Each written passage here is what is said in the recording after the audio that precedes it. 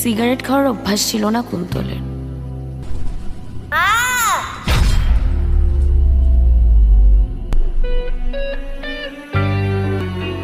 গল্পটা কুন্তলের। আজ আমি আপনাদের কুন্তলের গল্প শোনাবো।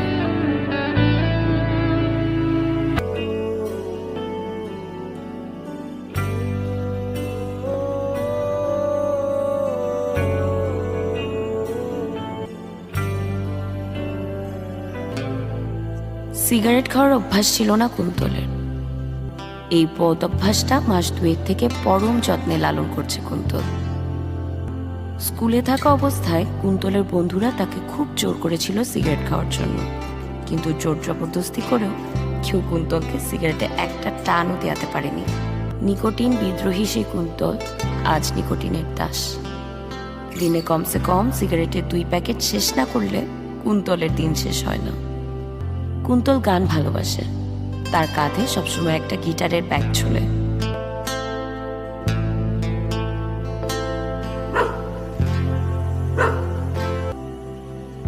ভার্সিটিতে সবাই যখন ক্লাসের লেকচার শুনতে ব্যস্ত, ওই সময় কুন্তল ক্যাম্পাসের অদূরে অবস্থিত একটা ছোট্ট চায়ের দোকানে বসে গিটারে টুংটাং শব্দ করতে থাকে।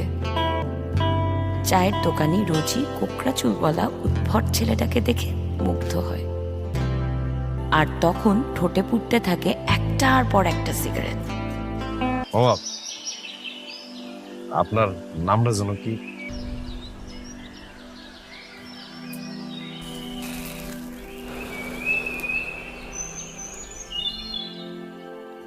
কুন্তল। কুন্তল শাহাদাত। দোকানির মতো অনেকেই কুন্তলের নামটা প্রথমবার শুনে অর্থ জানতে চায়। চা খান বাজার, চা ভালো হয়েছে।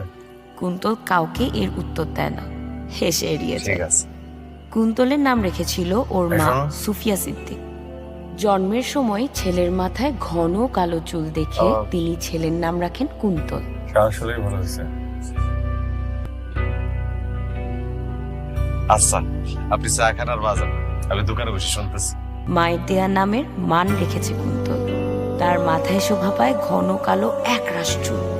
মা যতদিন ছিল কুন্তলের সাথে কুন্তলের চুলগুলো মাতৃস্নেহ পেত, কিন্তু মা চলে যাওয়ার পর থেকে 2 কুন্তলই মাতৃস্নেহ থেকে বঞ্চিত হয়েছে। মাতৃস্নেহ থেকে বঞ্চিত হলেও মায়ের ঘ্রাণ থেকে বঞ্চিত হয়নি কুন্তল। মায়ের কালো রঙা চাদরটা এখনো সে গায়ে জড়িয়ে ঘোরে।